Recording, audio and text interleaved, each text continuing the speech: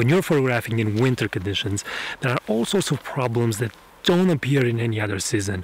First of all, you get the problem of the snow. So the snow gets very easily overexposed, and it also tricks the camera sensor in thinking the image is really bright. So if you believe your camera, you're going to end up with a really dark image. Another thing is that snow reflects every light or in every color around it.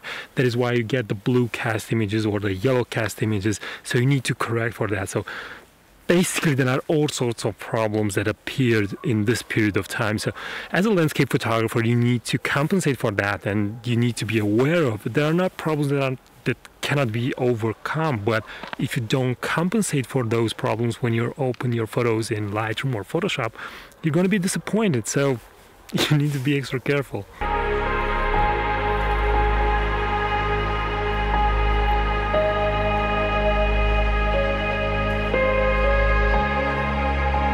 Today my plan is to hike and to capture the grand vista, the grand panoramas, and to get a sense of how the mountain looks like in winter, how impressive it is, and to try and photograph that in photos that are worthy of being called landscape photography, because not every photo can be called, so even though it depicts nature. Let's hike. It's really cold, -10, and I heard it's going to be even colder, so it's an absolute must to film the entire vlog today.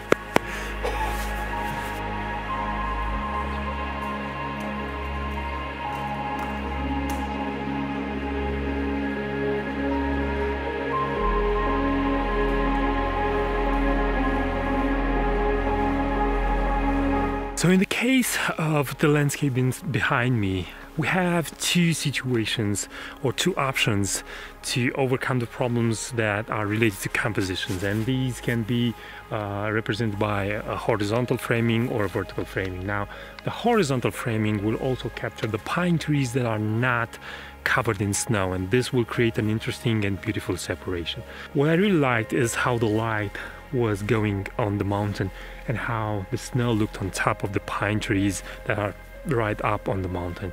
So to compensate for the blue cast in my photo, I set my camera on shade as a white balance, and I also had to overexpose by a stop because I mirror on the snow on the brighter side.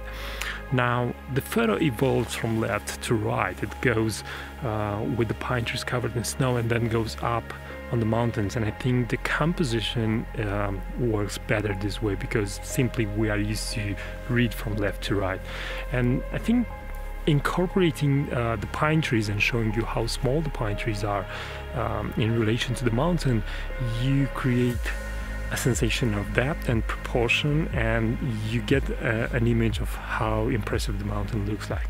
Now the light is fading away quickly, so it's time to move on and find another shot.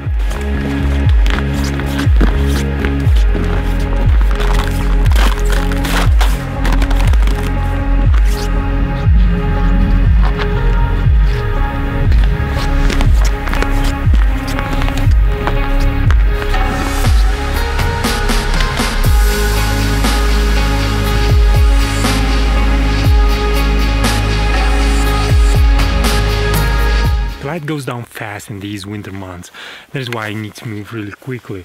Now in this entire valley, the sun is blocked by some mountains to our right. When the shade is going to be much more visible, the blue overcast again is going to be much more visible, and that is why you need to be extra careful and to compensate for that. If you have areas in shadow and areas in light during winter, then you will have a little bit of a problem because you'll need to correct them differently. The snow in the darker areas will reflect more blue, and the one in the brightest areas and in the lighter areas will reflect more yellow. So you'll need to kind of compensate for two areas. But this is the beauty of doing landscape photography, and if it's not a challenge, then it's not probably worth doing, or everyone could do it. So again, I was concentrating on having a really strong diagonal that goes up and builds to a certain place. I think what makes it special is the moments of the day that you choose to go and photograph. The areas that are in light versus the areas that are in darkness in the same photo, because this will help you create a much more interesting image and depict the landscape in front of you in a much more interesting way. It's really cold here, -15, and okay, there's a little bit of light on the rock again, so I'll just go and capture it. It's very easy to create contrast in these situations. The darker areas are really dark and the brightest areas are really bright. The snow helps a lot.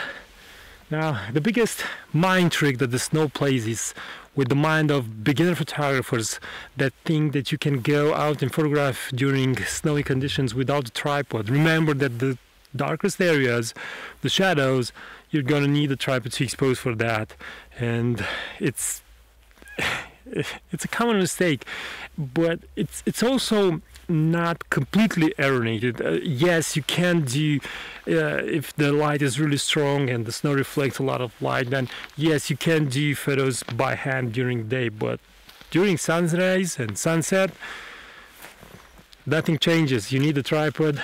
So beautiful, this valley. Really massive and impressive. And we have lots of subjects to photograph. So this was it for today. If you have something to add, use the comment section below. Subscribe to this YouTube channel, support me by buying one of my editing courses. The link is in the description. And until next time, keep on photographing. It's the only way to get better. Bye bye.